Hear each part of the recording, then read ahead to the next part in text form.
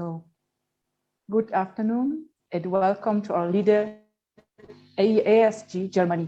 I'm Fabiana Oscari-Bergs, CEO from LIDE Germany. And now I'm going to explain about the topic and dynamic of this event. So the ESG topic is huge, and we will focus on the education and innovation subthemes to discuss how they can contribute to generate opportunities for German companies in the state of São Paulo, and of course, for also applies to companies that are already in Brazil. And because we have limited time, our goal is to provide as much information as possible in this 1.5 hours, and in the future editions discuss the topic more thoroughly. Please send your questions for a roundtable in the second part of this event. And if we are unable to ask your questions because of the time, or you are interested to take part of the future events, please contact us. Now, back to the gap. Unfortunately, the reality in many countries, including Brazil, is challenging. According to Brazilian Industry Association CNI, 50% of Brazilian industries have problems with the lack of qualified labor. So based on this design, based on this information, we designed this event to bring experts together to try to minimize this gap. So we have today the first part, 3 key speakers who will talk about the development of education and innovation in the state of São Paulo. And after that, we will include the economic topic in this event to describe how companies can take part concretely of this development. And last but not least, we have also the example of a German company with vast experience in Brazil and globally also, telling us about his initiatives, the ones that worked and the ones that didn't. So in the second part of this event, on a roundtable, we will discuss together with the speakers in 2 companies, a Brazilian company and a German company from the technology sector, how is this problem in each region, and how they can innovate this, and how they make this to survive. So, and finally, we have the information about the Invest São Paulo office in Munich. Now, André Müller Carioba, chairman of the advisory board of LIDE Germany, and who has held several leadership positions, including as a president of BMW in Brazil, will present the speakers. So, André, I'm very happy to see you again today virtually. Please go ahead. Thank you very much, Fabiana, for the beginning wording. So good afternoon also from my side to everybody. And I would like to briefly present to the audience, to all the participants today, our 3 keynote speakers in the first round, and then followed by a roundtable with another 3 personalities. So starting, I'm going to start with Patricia Ellen da Silva. She is Secretary, which is Minister of the State of São Paulo for Economic Development. She has a very broad academic background. So she did a bachelor in business administration at the FAIR University in São Paulo. Then she completed a master in the public administration at Harvard Kennedy School, which was added by an additional master at the famous INSEAD. In her professional past, she used to be president of Optum do Brasil, which is a company belonging to the big player United Health, and was also, amongst others, partner of McKinsey, very well known, I think, by all of us. And in 2016, so 5 years ago, she was nominated as Young Global Leader at the Global Economic Forum. Our second speaker today will be Gustavo Diniz JUNQUEIRA. He is actually the president of Invest São Paulo, which is the formal agency of the state of Sao Paulo for promotion of investments and competitiveness. He also has a broad academic formation at the University FAAP in Sao Paulo, then added by a master at the Thunderbird School of Management at the University of Arizona. And within his experience, professional experience, mainly in the financial sector, he used to work for big players like the Glencore Corporation, Gradiente Electronics, Aztec, and Brazil Par. He recently, in the recent past, he was, before becoming president of Invest Sao Paulo, secretary and minister, let's say, for agriculture and supply in the state of Sao Paulo, which for sure was a challenge, I would say, in the pandemic times, in order to guarantee the food supply for the entire population of the state of Sao Paulo. And the third keynote speaker is Dr. Reinhold Festge. He is the co-owner and used to be for many years, even decades, the CEO of Harvard and BOECKER. So it is a huge company, private owned, founded, by the way, in 1887, so quite a long time ago. And they have around 3,000 employees with a turnover, with a sales volume of roughly around 500 million euros. So quite a significant company with a presence around the world in many countries. And amongst others, when he started to begin his professional life, he spent some years in the 80s in Brazil, and amongst others, he has quite a complex academic background. So he is a master of business administration, and before this, he became a doctor. So he studied medicine back in the 60s and 70s at the University of Münster. And maybe some of you know him because he got the prize to become the personality of the year at the famous and traditional economic business meetings between Germany and Brazil. So in Brazil, known as the EBA, Encontro Econômico Brasil-Alemanha. So in 2014, he was the president. And another dedication he did was during many years, the president of the VDMA, which is the Association of the Machinery Industry in Germany, which is a very vast and very important and significant arm of the German macroeconomics in general. So these are the three main speakers, and after that, three other personalities will join us at the roundtable, as Fabiana already mentioned. One of them is Breno via Silva, who is the CEO or the managing director for EMEA, so the region Europe, Middle East, and Africa, located in London. His company Qintess became last year, 2020.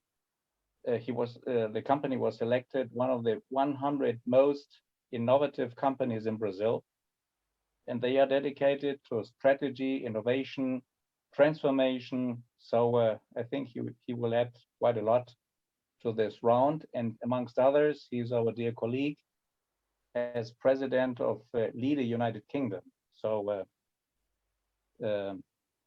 very warm welcome to you, Breno. And the second one is Benjamin Habig. Benjamin Habig is the president and co-founder of Evolutionizer. And before this, he had a very international academic background, starting in Paris, followed by a master at the Bocconi University in Milano, and also the Oxford University. So really big names. And his professional background before founding and joining Evolutionizer in 2014, he gained experience in many companies like Morgan Stanley, Evonik, even Evonik in Argentina, the ING Bank, and was also he worked in the office of the President of the European Parliament. So quite a vast CV. And last but not least, as Fabiana also already mentioned, Fernando Fritz Nestler became recently, so roughly half a year ago, the COO of the Invest São Paulo office responsible for Europe, located here in Munich. He has also a solid academic background, having done a bachelor at FACAMP University in Campinas, followed by a master in business administration at the FIPE. And in 2018-19, he joined the Festge. This is the very famous Fundação Getúlio Vargas in São Paulo.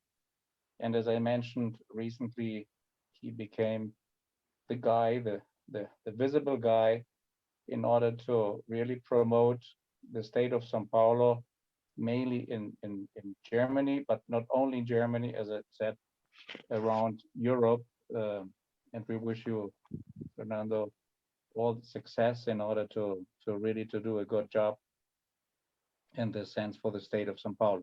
So these are the 6 persons in total. First, the 3 presentators and keynote speakers, and followed by the other 3 joining the roundtable in opening the questions and answers all the audience will have, which will be coordinated by Fabiana and myself.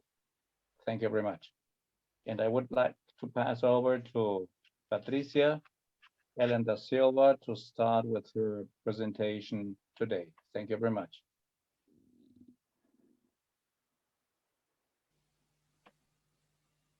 Can you hear us, Patricia?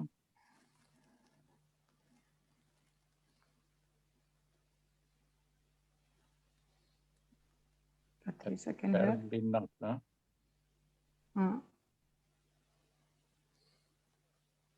Is somebody knowing if she is joining? Is there some technical issue? Yes, maybe we can start with Gustavo if you want. Yes. Yes, Gustavo, please. Could you take the first place today? Sure. Okay, no problem. Well, good morning in Germany, and almost good afternoon here in São Paulo. It's a pleasure to be here and participate in this debate, as highlighted by André. We have a heavy group of people here to talk about ESG and talk about opportunities, not only in Brazil, not only in Germany, but worldwide. I'd like to start just introducing Invest São Paulo. Invest São Paulo is the investment promotion agency in the state of São Paulo, focusing on competitiveness as well. And we have been operating here since 2009, and for several occasions we were ranked among the top investment promoting agencies in the world by the Financial Times. And also we now have been recognized as the only agency at the subnational level that has open offices outside of Brazil. So we now are definitely in the arena of competing with the major environments for competitiveness in the world. So our offices in Germany, it was described by André here previously. It was open in June, and before that we opened an office in the United Arab Emirates in Dubai, and also in Shanghai in China. So now we are definitely in this global arena, and to be in the global arena, we must have a specific tool or guideline that will compare our state or the opportunities of investing in the state of São Paulo to some of the other places in the world. And to do that, we have decided to use the framework of ESG, right? Environment, social, and governance. We believe this is an excellent tool so that we can compare ourselves and compare how we're implementing public policy here that will support and enhance the chances of growing companies and businesses in the state of São Paulo. I've said that in some other opportunities that when we think of the ESG in Brazil and in São Paulo, we should have the letters of this group inverted a little bit. I would start with the social, move to the governance, and then having the environment.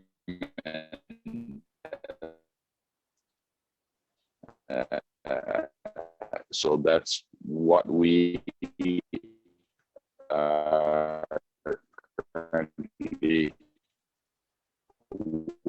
working on. Rating the projects and the companies based on a framework that we are developing together with the private sector, so we can rate all these projects and companies in an ESG system, so that we can help as government to foster and to support these investments, so that our economy can within truly reach a point where we have a more round. Our governor in the state of São Paulo, Governor João Dória, has been very determined in upgrading our economy as well as our society, so that we can reach 2050 in a carbon zero emission state. For those that don't know and don't follow the state of São Paulo very closely, we're talking about a state that is a nation within a nation that has 46 million population. So it's as big as Spain, if you think in terms of population, and has a revenue here that is close to 300 million reais, 300 billion reais per year. So it's almost half of a billion US. It's a very big economy that when you think that you're going to change its base, its fundamentals to be carbon zero, it will definitely take a lot of engagement from the society as a whole, private and public sector, so that we can change the dynamics of doing business here in Brazil. And of course, Germany is a part of that effort. We are hosting most of the German investments in Latin America are concentrated in the state of São Paulo. Brazil is for sure the main trading partner of Germany, but within Brazil, São Paulo, it is for sure the home of the German investments in Brazil. And our cooperation goes way beyond the office that we just opened in Munich, but for sure it shows that our commitment to Europe and our commitment to work with Europe through our German office is very big. We have been supporting here at our agency many of the German companies and these within the last few years, there were approximately 14 foreign direct investments of German company in excess of $1 billion US, and more than 2.5 thousand jobs were created by these German investments here. Europe and especially Germany has been leading all the ESG efforts in the world, and we are following everything that is being done in Europe, and we want for sure that this whole engagement that is now going on really proved to be an engagement to have a better planet down the road within the years. And if we think of one of the basic elements, which is agriculture and the food production, I have a theory that I have been talking for quite some time now, where we need to invert some of the logics of commerce among the countries. Everything that was set up and that we understand today as the rules of commerce in the world, they are based on the territory. Being more specific, if you produce in Germany or if you produce in France, you have all the rights and the benefits from a tax standpoint to sell and commercialize your product within your native country. And the same thing happens to Brazil, to Australia, to the US, any country in the world. If you produce and manufacture in that country, then you have access to that market. And that's all fine, but it's based on territory. If you want to think of the planet as a whole, we should invert that logic. And instead of thinking of territory, we should think in terms of process. So going back to our ESG rating system that we are developing, if you are, let's say, a AAA company or manufacturing or a AAA producer of an agricultural product, you should have access to any markets without tax, or you should have a benefit actually to move produce and products throughout the world for those companies and for those states and for those countries that are following the guidelines of a AAA ESG country or ESG company. So by moving from territory to process, we're definitely going to have only one agenda, not many agendas that are hidden by a one mode or one narratives. So by doing that, I think we can definitely change the world, and we're working towards for São Paulo to be really on the edge, on the cutting edge of that concept. In terms of sectors that I would highlight, energy for sure is something that we are working on here in the state of São Paulo. Renewable power is very important. Then we have this whole thing about going carbon zero or carbon neutral at least. Mobility, changing how we move things and products and people. Agriculture, again, integrating the process, integrating systems and reducing the use of raw materials and inputs. And of course, I'll highlight finance, because without finance or with finance, you can basically create new systems and new processes. And just to close here, my comments, I think we are also undertaking, Governor of the João Dória is undertaking major projects here, and I would highlight the cleaning of Rio Pinheiros, which is a river that cuts the city of São Paulo in the middle, and has been a major problem for many decades. And now we are with a new process, new technology, new people working and should have that river cleaned by the end of 2022. The other project that is related to agriculture is the agro-legal. It's the implementation of the Brazilian Forest Code in the state of São Paulo. That project alone will plant approximately 1 billion trees in the state of São Paulo. If you price $131, which is what normally costs for you to have an adult tree, we're talking about $1 billion project for reforesting a good chunk of the state. We're gonna increase our covered area, covered vegetation area by 3 percentage points. So we're gonna move from 23% to 26% of the state covered by natural vegetation.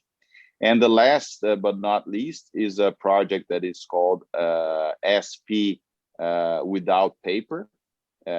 Basically, what it translates to is that all the files, all the processes, all the applications within the state of São Paulo are now all electronic. So we don't have paper documents anymore sitting on desks or in drawers throughout our bureaucracy, and that helps us to track and analyze where problems are and how to definitely increase the efficiency of our state.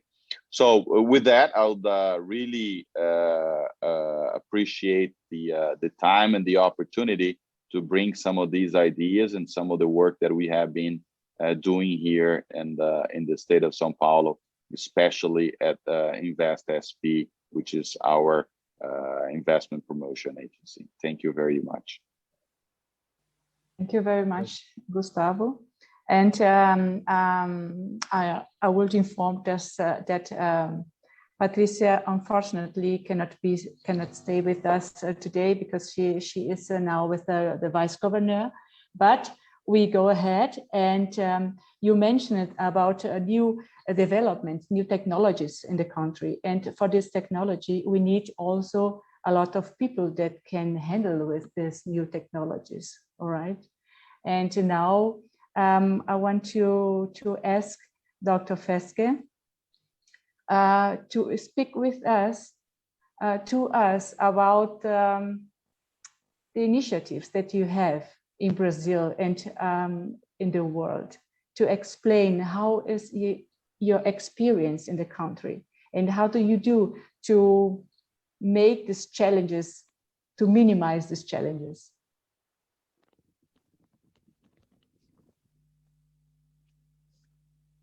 Okay, thank you, Fabiana. Do you hear me? Yes. Yes. Yes. Okay. So first of all, I would like to thank you, Andre, for the invitation to participate in this event today. Fabiana, many thanks for your preparations and for organization here in Germany. And finally, Jessica, who helped us to make this international connection possible. A special thanks goes to Benjamin Habig, who put me into contact with LIDE.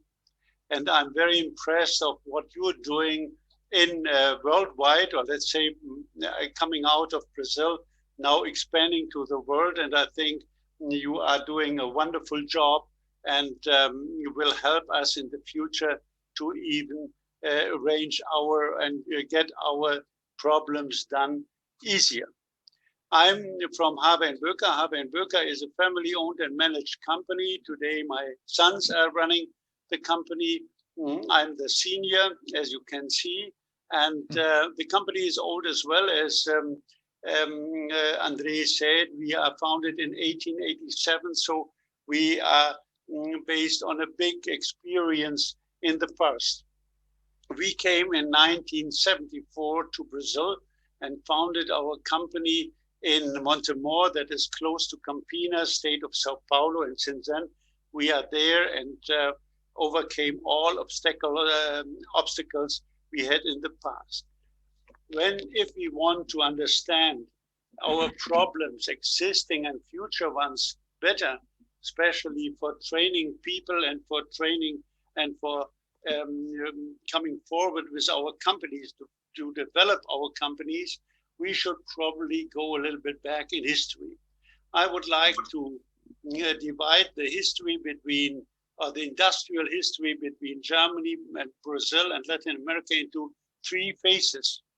More than 100 years ago, the Germans start to expand their trade systems to Latin America. And for me, as a German, it's impressive that in the middle of Second World War, the first chambers of commerce were founded in Brazil, in Argentina, in Chile. So these chambers today are older than 100 years. And at that time, the first German companies have been founded in Brazil, for example, Siemens, which is very much known in Brazil as well. In the 70s, when Habig and BOECKER got founded in Brazil, the German government was the driver of this development because they wanted to, first of all, support Brazil to convert from an agricultural country into an industrial country. One part of the medal, and the other side was that we wanted from Germany more international business.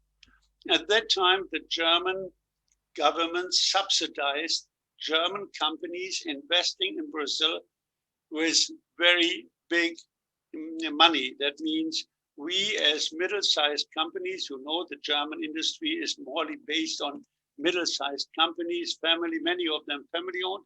We got a big support and were encouraged to go to Brazil.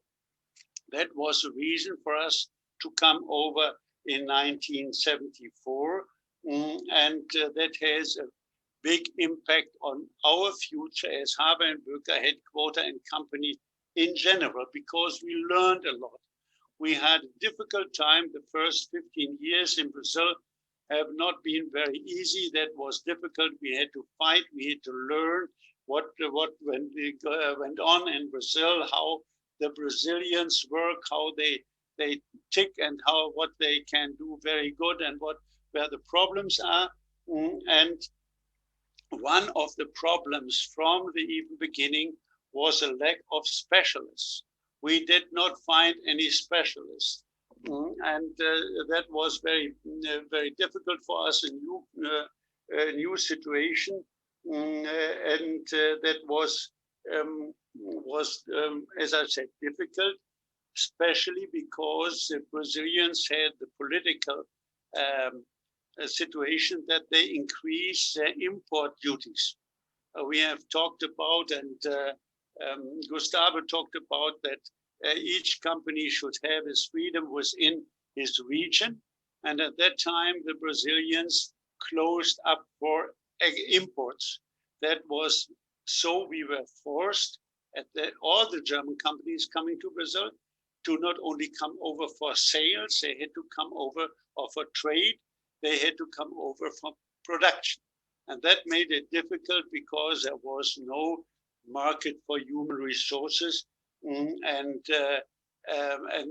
many companies had to learn how to train people, how to do their own and produce their own specialists. But anyhow, we as Germans succeeded, and the Brazilian government and the government and state of Sao Paulo succeeded to turn Sao Paulo not only in a big industrial city, but in the biggest industrial city of Germany. I always say that we have more working places in German industrial companies in Sao Paulo than in the biggest city in Germany itself. So you are a big part of our industry, and we are very proud of being part of it. The third phase, I would say, started about 15 years ago. And this phase has a big impact on us today. The companies in Brazil, on one side, matured. They became more self-confident. They were not any longer depending on copy and paste from the German headquarters. They got their own ideas And so they developed slowly but constantly their own engineering. And there again, we faced a situation that we didn't have enough qualified personnel. Why was it, and why is this ongoing, this success of Brazilian-based German companies for several markets? The reason is that in Germany, we have a big change. We are moving out of many industries. For example, the power plants. We are moving out of the mining. We are moving out of the production of building materials. And all these productions now are looking for new areas where they can work. And you know, for example, for us, Habig is working in mining and in cement industry and the chemical industry and food industry and packing and in screening and sorting. And we have now the biggest market and the biggest possibility for gain references in Brazil. And that changed our company in Brazil very much. We had in the past, we started with a manufacturing company, and today we are turning more and more to an engineering company. To give you some example, in 1980, our people in Montemor had a sales or manufactured a sales volume per capita of about 40,000 D-marks at that time. That is, today it would be 22,000 euros. Today, in 2021, 40 years later, we do not have more employees. We have, when I came to Brazil, we had to reduce from 320 to 150. Today, we have 130. But again, we did only 40,000, 20,000 euros, let's say. Today, we are doing per capita 240,000 euros. That means 12 times the value we did at the time. But on the same way, the manufacturing went down. We outsourced our production. We just have a slight 20% of assembly left in our own premises. But now we are relying on sub-suppliers, Brazilian sub-suppliers with German quality, because we want our Brazilian company gives the same guarantees as a Habig and Festge family is giving to all customers worldwide. That is German Habig quality. So we changed from manufacturing to engineering, and the consequence, of course, was a higher demand for qualified and highly qualified engineers and employees, not only in engineering, but also in assembly, in startup, in exporting, and so on. The training for the outside world as well had to be improved, because when I came, for example, none of our employees in Brazil spoke English. Not German. We didn't ask for German, but the English and the traveling attitudes and these things were difficulties we had in the past, and we are still fighting this. So I would like today to concentrate on vocational training. That means on training for specialists who are hands-on working and who are the backbone of our companies and of our productions. I would like to make a couple of general remarks. First of all, education, in my opinion, is the best weapon against poverty. Second, education is leading to personal freedom and allows the people to determine their life themselves. They are not that more dependent from others and from being fed, for example, or being kept well. And that is something what is a little bit different between Brazil and Germany. In Germany, we know that the employers are responsible for the quality of their employees. It is the company itself who takes responsibility for the training, for the vocational training, for the training as such, and not the government. The government is just supporting, But we cannot go, and we are not going and say, government, you have to supply so many engineers, you have to supply so many workers, you have to supply so many electricians or technicians or electronics. The companies and the entrepreneurs are responsible for their own staff, and that is important. And I would always publish this and inform my Brazilian colleagues as well that they cannot sit back, they cannot lean back and say, no, the government has to supply the people. That is, they have to do it themselves. And that is a backbone of the German dual system. The German dual system is a system where we share. The government has its job to do, and the employer and the companies have it. The government provides professional schools and the teachers for these professional schools. And the companies provide the contract for the apprentices and the training for the apprentices. That is a really big and very important difference between Brazil and Germany, that in Brazil we have the training outside the companies without the link between the apprentices and the companies. In many cases in Germany, we first start with assigning the contract between the company and the apprentices.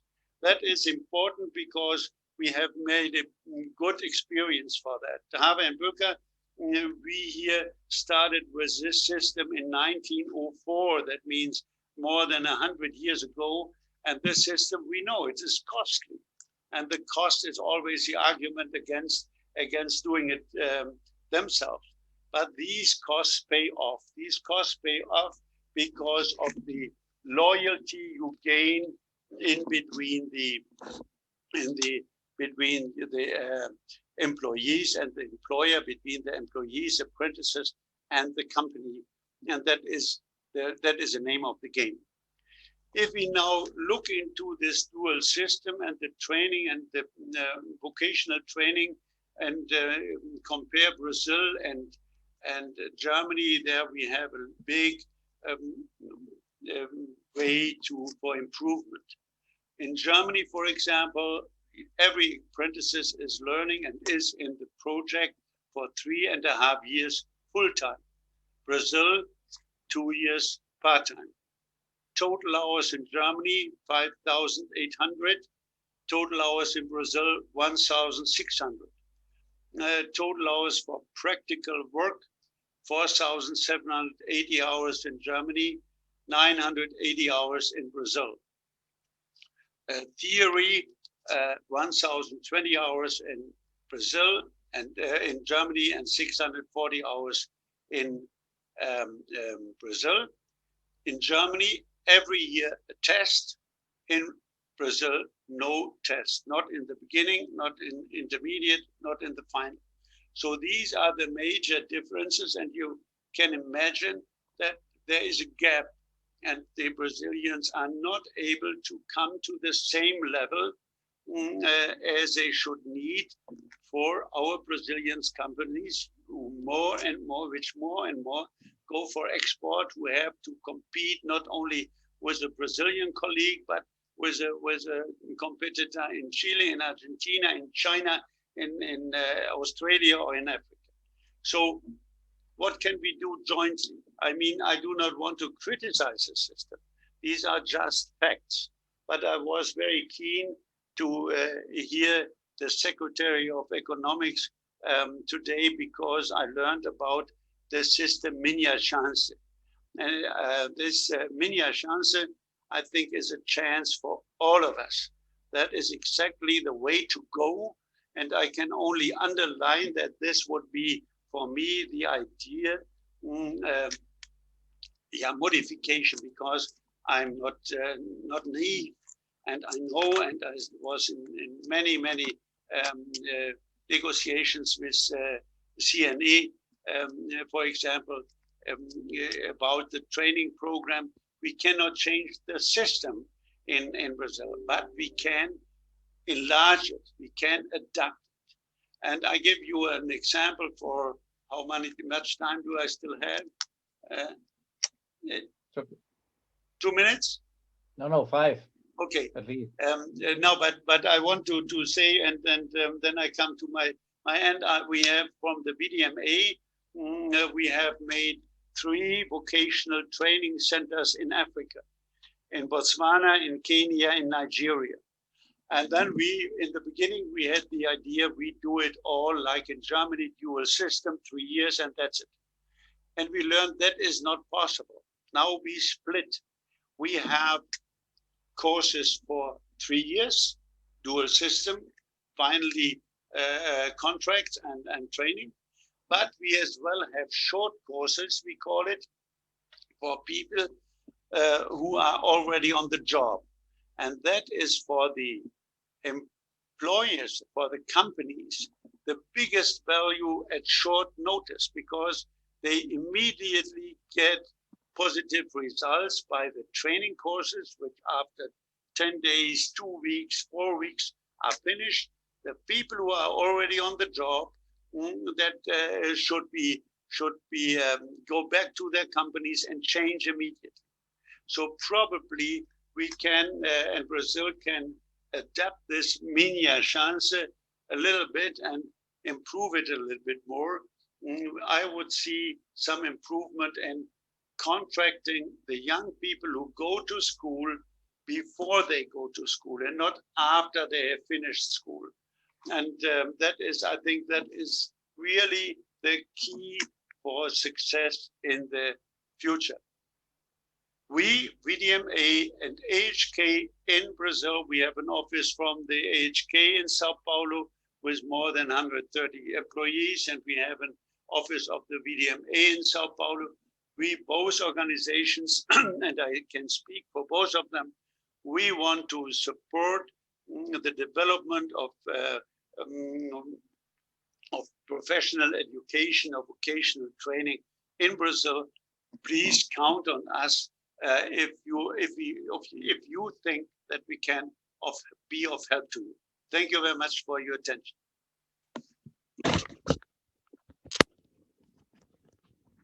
Thank you very much, Dr. Festge. Very interesting. I think that the numbers speak for themselves, and there's still a lot to be done in favor of the, as you said, of the international competitiveness, which Brazil has to gain in order to become a major player, not only within the country, but outside the country. And as you correctly said, today everybody competes with everybody. So the world became one field, one ground. And as Gustavo said also, so moving to process and away from territory. Yes. Okay, Fabiana. And now I think we could go to the round table and to discuss now with 2 other companies, very interesting companies, because we have 2 companies, one company from Germany and one company from Brazil. And that is another sector, technology sector, a very dynamic sector. And we want to hear from these entrepreneurs that are here with us. How do you see that? What Dr. Festge has said, and Gustavo, and how is the challenge for you? How do you can do to make better and to survive? But Breno, maybe could you? Okay. Yes. First of all, thank you for the invitation, Fabiana, and congratulations on a well-hosted event. I think that the topic is of great importance globally, but thinking about in the context of Brazil as well, I think we're in need of more discussions like this. So I'm happy to be part of it. And I would just like to reinforce what Dr. Festge was just saying about the company's role in all of this, in the education process of their people. And this is a reality we're facing in technology. So just to give a little bit of color about Qintess, we have about 3,000 people, which most of our team are in Brazil, and we are delivering digital solutions for our customers. So, and we're seeing a big, it's not a gap, it's just that the market is rearranging itself towards a more services and technology economy. So we're seeing the market starting to adjust, and we start to see the gaps that are slowly going to be filled up over time. But right now, the challenge is for the next 3 years, Brazil will probably have 400,000 open positions in technology. And I think that Brazil trains about 40,000 per year.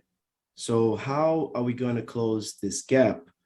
And going back to the topic of this conversation, which is the ESG, I think that the social part has a big responsibility, or a big part on this, because I think that the only way we can close this gap is with inclusion. So as we know, Brazil, the inequality is very high in our country, unfortunately, and we expect to close this gap with the efforts from both the government and private sector. But there's no evolution without collaboration and cooperation, right? So I think that we need to involve different stakeholders from different areas. From our experience at Qintess, what we've been trying to do is to get it closer to the community and train our own people as well, because as I just mentioned, the gap is enormous, and I think that otherwise we're going to lose competitiveness as well. So I think that the market will push us to do something different. So today we train about 300 people per month. So we start from early days in school. So when finishing high school or just entering university, or even those that might not have access to university, we get closer to those communities and try to engage with the right stakeholders, NGOs as well, to support us in that development of those frameworks to train people. But I'm glad to say that today we have a very robust training framework for our companies, training different areas. We've seen a huge spike on the demand for data scientists, data engineers, developers of the new technologies and languages that we see, like React, Angular, and all of these new technologies that are trending in the market. So for us, the experience is sort of the same, and we are delivering projects globally through Brazil. And we think that Brazil has everything to be the technological hub in the world, for the world. And we have the reach, we have the people, we have the diversity, which is very important for innovation. There's no innovation without diversity. So I think that, Brazil has a lot to achieve. And I think the company and governments needs to come together to make sure that we move forward in that agenda. So stop here a little bit and let everybody talk a little bit because there's so much to talk about this. Mm-hmm. Very good. Thank you, Breno. And Benjamin, could you please explain us how do you do that in Germany? How you see the maybe similarities or not? Excellent. First of all, thank you so much, Fabiana. Thank you so much, Andre, for hosting this most interesting event today, and very well done again for bringing so many interesting people together. Gustavo, Dr. Festge, Breno, thank you very much for your interesting insights. So actually, I'm from Germany originally. My relationship with and interest in Brazil actually goes back a long time as well. My father started his first business in Campinas, also in the state of Sao Paulo, in 1972, also in the machinery business. And I spent almost 2 years living in Latin America, spending a lot of time in Brazil, but also in Argentina. And even when I was at university in the UK at Oxford, I wrote my thesis partly about Brazil, and also had the pleasure to do an interview with your former president, Fernando Henrique Cardoso, which was very interesting. And as Andre very rightly mentioned in the introduction, About 6 years ago, together with two partners in Düsseldorf, we started a new technology company called Evolutionizer. We now have 80 employees. We've developed a cloud-based digital platform that allows companies to support their transformation, strategy, leadership processes, things that are now usually being done with Excel. We provide a cloud-based platform for this. And for the past couple of years, we've grown our business primarily in the German-speaking countries, but we've also expanded to different European countries. And very high up on our agenda is also Brazil, which is, of course, the biggest economy in Latin America and the 8th biggest economy in the world.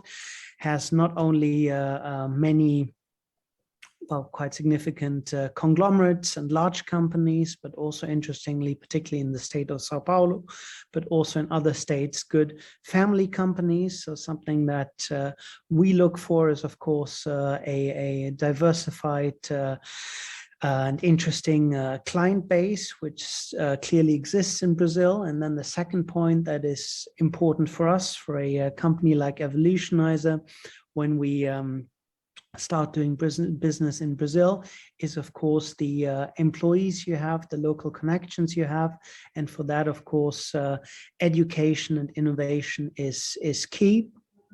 And from what I've seen, I'm happy to see that there are a lot of interesting initiatives going on in Brazil, but also in the state of Sao Paulo, focusing on improving education for technology-related fields. And I've seen overall in Brazil, which what I found quite positive was that in 2014, there were 140,000 graduates from basically technology and science fields. And Brazil has been able to increase that number. In 2019, it was 100,000 more, 240,000, which is a positive first step. And another very positive point, I saw that in addition to what the state is offering, Brazilians are very keen on using resources on the internet and on YouTube to learn new skills in technology, coding, software fields. And of course, those are the sort of people that we need for our business, also locally when we expand to new markets. Yeah. Interesting numbers, and just getting back to Breno, I read somewhere about Qintess, which I liked a lot, and this I think should be a kind of a driver. So somewhere there appears obsessed for innovation at Qintess, and I think we need this really these pure engagement to be kind of obsessed in order to move things ahead. And back to the numbers of Dr. Festge, comparing the dual system already established so long ago in Germany, and having shown this is a success story from many years ago until very much today, and for sure in the future. So we need people with the engagement of in the direction of being obsessed in order to move things, and not just relying on the neighbor and maybe, or I don't know, the boss or not the boss, or the government or whatever. So everybody has to, not everybody, but let's say at least some of us or many of us and many others have to really to show this engagement in order to move the needle, which is highly needed. And sometimes Brazil, being such a large country, one of the 5 big guys around the world, there's always a danger for a lot. It's maybe similar with the United States. They are more driven because they have such a large national economy, so they are not that much focused on international engagements. But this is needed. This is needed, and mainly from Brazil. And being a Brazilian, I may say it, so sometimes I fear a little bit, because in former times Brazil was more dependent on Europe and North America, but today they became, and what Gustavo mentioned earlier the agriculture, a high dependence on China. So just on one source, on one customer. If something happens, in these days, many things are happening in China. So don't rely maybe too much as a country only on one source, which maybe at the moment is very interesting, but maybe in the future would be better to have at least many or several partners you can rely on. Andre, I think there's one thing that sometimes we take for granted when we talk about the education, the social side, and what we need to do in Brazil to become the actual technological hub of the world that we have. I believe we have the potential for it. And when you talked about obsession, the obsession that we have is also paying attention for the details. And one of the things that I want to say we take for granted is the infrastructure necessary for that. So when I say involve all the stakeholders, I'm talking about also the social infrastructure, which we need to start thinking about in Brazil, how companies can support that, the building blocks of a fairer social infrastructure. Because, we all know the challenges of Brazil. Some places that we go, there's not even clean water or internet. If you don't have good internet, how are you going to work globally? How are you going to improve yourself and be a better professional, etc. And also in the physical infrastructure, which is also we're talking about the connectivity, the roads, etc. And that makes that sometimes we concentrate on big centers too much. And that's what I'm talking about, inclusion and bringing education and social responsibility for everybody. Is actually how do we play our part as companies to get to the ones that are outside the centers and bring them to this reality. So when that's very important. I think sometimes we take it for granted, and it's nice to have stakeholders as well from the government, because we hear today, like Gustavo, that the great work that's been done with São Paulo to actually bring more investment in the area, not only through the education facilities, but also from the social infrastructure. And I think that's very important for us to consider in the process. Yes, for sure. What Gustavo is doing. So the Invest São Paulo, as he told us, to have a major international and really worldwide presence, as you already have in China and then in the Arabic countries, and now in Munich, it is in Europe. And I think you have in mind in the near future to do something in North America. So I think this is exactly the way to go in order to also to be there to know how the other people, other cultures, other behaviors are working, and to learn and to just build bridges in order to getting business done and bringing people together and learn from each other. Yes, yeah. And in this context, I have a question to Gustavo. Then for 2 years ago, I think we wanted to do it. Yes, sorry, Gustavo? No, I'm fine. Okay. No, I would like to make a comment on what Breno said before, and I think what is important and what Andre said, I think we have to look at from both sides. The job of Gustavo to import or to invite companies to join working in Brazil is a wonderful job, and I admire these people who bring new companies in the country. That is necessary. But what I personally, looking as a Brazilian company, feel missing is support for our people to export. For example, now in BOECKER, we have an excellent mining technology developed by Brazilians for Brazil, for Vale and other companies, and we are very successful within Brazil.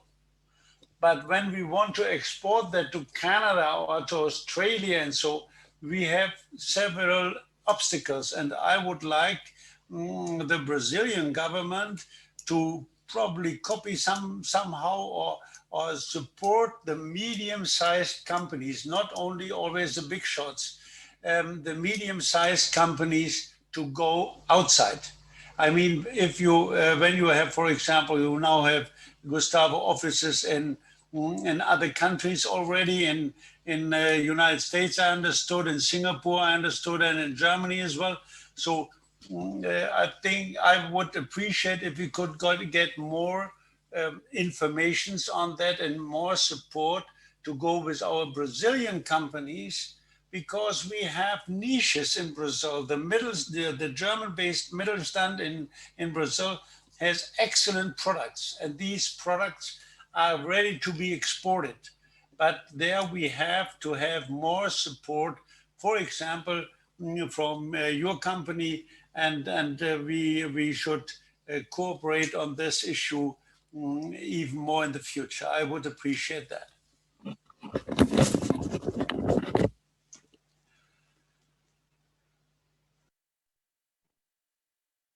And Gustavo, I have also a question to you. And this for 2 years ago, the government for São Paulo has invested about 12 billion real, I mean, in technology and innovation. And could you see at the time, after 2 to 3 years, a return on investment from this investment?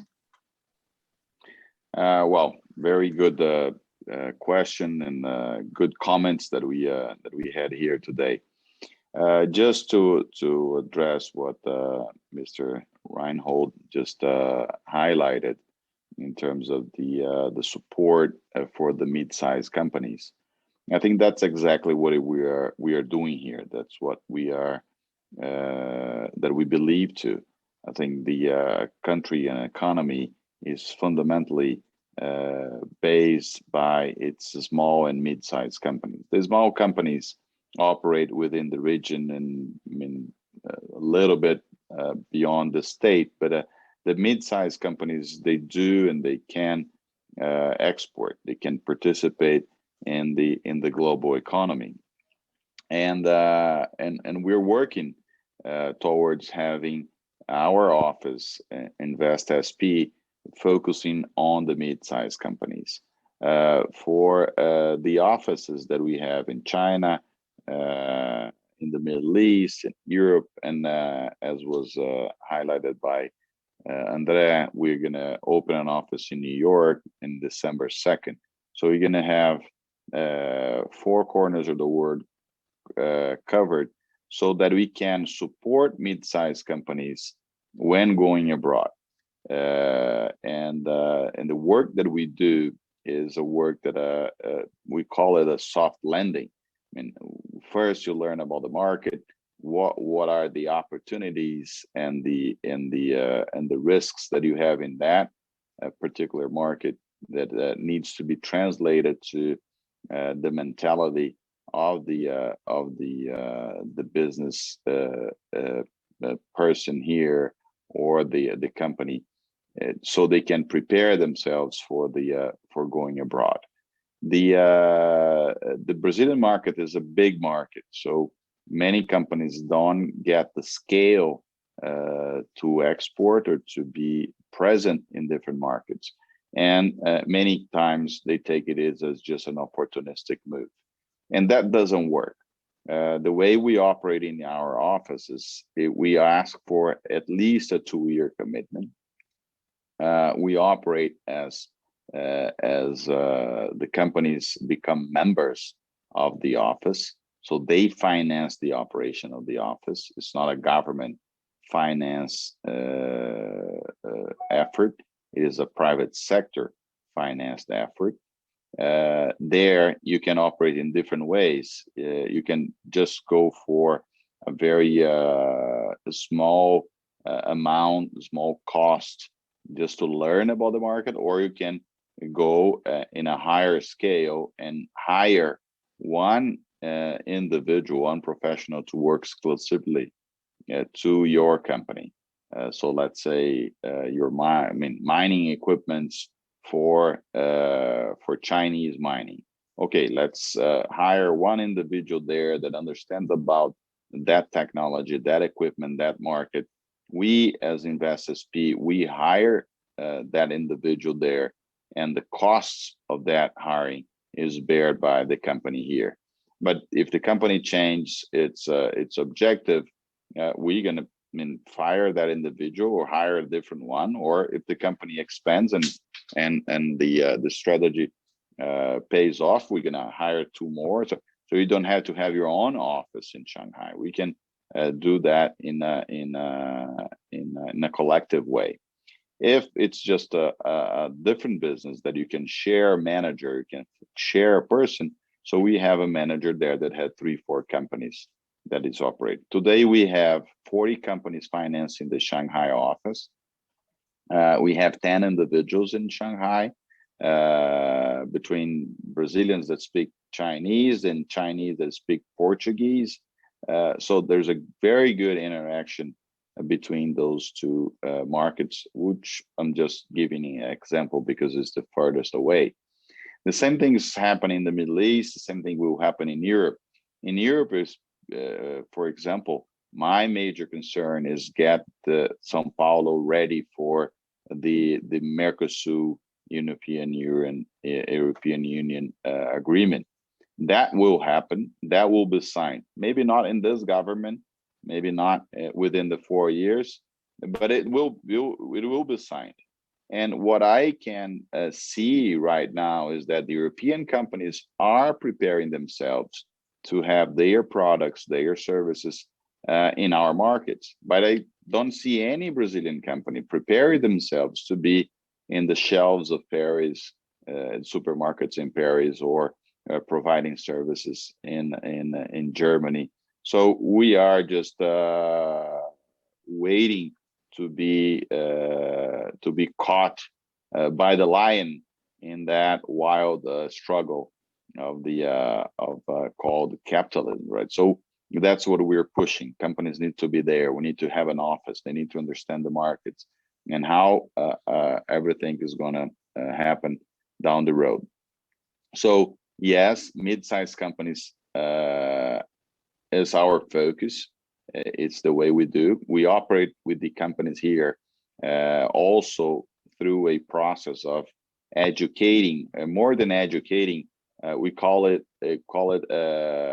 in export literacy. I mean, they need to understand how to export, what to export, and the volume that needs to be done. And we're going even further. We're now operating with the startups. We have a program. We just contracted a company in Europe that will help us provide a service to startups that are very innovative, but it's startups that can be international. So we're going to provide the soft lending of these startups in the European market. And so everything goes towards the ability for São Paulo to attract talent. And then I go to Fabiana's question. I think the investment in research and development, the investment in education, of course, it pays off very well. The economy of São Paulo this year, even before that, last year, 2020, São Paulo grew 0.4% its GDP. Brazil lost or got a negative GDP of -4. São Paulo was one of a few states and countries that didn't have a negative GDP growth last year. And this year, our forecast shows us a growth of between 7 and 8%. And that is mainly because we have a very solid private sector that is really the leadership of our economy. It's not a state-led economy. It's a private sector economy. We concentrate 70% of the technical skilled workers are concentrated within the state of São Paulo. We have universities. We have 3 public universities in the state of São Paulo, financed by the state. Then we have FAPESP, which is our entity here. It's a fund that finance research and development research for companies and individuals and researchers. And last 2 years ago, 2019, we opened a new program that was focused on research for solutions for problems that have been here in among our society for very long. So focus on that. Another very interesting point that we are now envisioning a big jump where companies will benefit is the whole overhaul of our communications. I think with the introduction of 5G within the urban areas and the rural areas, you're going to see an integration and an upgrade of business that are still operating in a physical environment. They're going to a digital environment, and that will bring a lot of productivity and opportunity. So there's a lot that is being done, and I think the backbone here is an economy that is private sector led, a diversity. We have a diversity of companies, of sectors, in a huge diversity of people. And last but not least, the state of São Paulo was built on foreigners that immigrated to São Paulo. And this is where in Brazil we have the most diverse environment. And because of that, we believe we can compete with the biggest environments worldwide. Very good. Thank you, Gustavo, for your overview. If I just may, first, I'm a little bit skeptical about the agreement between the EU and Mercosur, despite thinking that it's of utmost importance for all the players. But you know, the difficulties are, well, partially in Brazil and maybe in the politics, and let's say in the national parliaments in the European states. So this brings me back to your earlier comment about territory and process. So everybody is defending their own yard. So the French agricultural, but mainly the agriculture is one of the big obstacles. The rest, I think, it's not that big, but the agricultural environment will be difficult. But it came to my mind one of the comments Reinhold Festge did earlier. Maybe not Invest São Paulo, but maybe it would have been a question to Patricia Ellen. But maybe you can give him some suggestion, as he said that in the Brazilian facility they have since many years, they produce top technology for mining, and they are apparently, as I learned, very solid and very well established in the Brazilian market. But they would like, from the Brazilian side, from the São Paulo side, near to Campinas, to export more their technology and the products. Can you imagine to support him or to indicate his company some way to go in order to create more export volume for him and for São Paulo? I think not specifically. What we can do is understand the technology, the markets that they are looking for, and that's what we are supposed to be. We need to understand the project, and here we can help you really to establish a program. And again, just to make it clear, but what we do here at InvestSP, we provide service at no cost. there's no free lunch. Of course, taxpayers have already paid tax. We're basically just redirecting that money that comes from the private sector to provide services here. So we provide services regarding exports, regarding tax benefits, environmental licenses, infrastructure. So my recommendation is that come to us and we will understand the demand, and from here on we will help you and advise you how to improve that opportunity. Great, thank you. Thank you, Gustavo, for this words. And if you agreed of us, I want to invite Fernando maybe to make a short presentation about the office, because I think today, so now it's the time to see how Fernando do here in Munich for São Paulo. I think it's a good time to hear now, if you understand. Thank you, Fabiana. Good afternoon, everyone. It's a pleasure to be here with you. First of all, I would like to thank LIDE Deutschland and specifically Fabiana and André Carioba for organizing such an important event and also for inviting me. I also would like to greet Gustavo, Breno, Dr. Festge, Benjamin, and of course, I would like to thank all of you for attending this event. Well, my name is Fernando Fritz. I'm in charge of Invest São Paulo office here in Munich, which is responsible for the whole European market. As you could see, we have just covered many relevant topics, such as the programs that the state of São Paulo offers, our ESG initiatives, experience of a German company in Brazil, the challenge that tech companies are facing nowadays.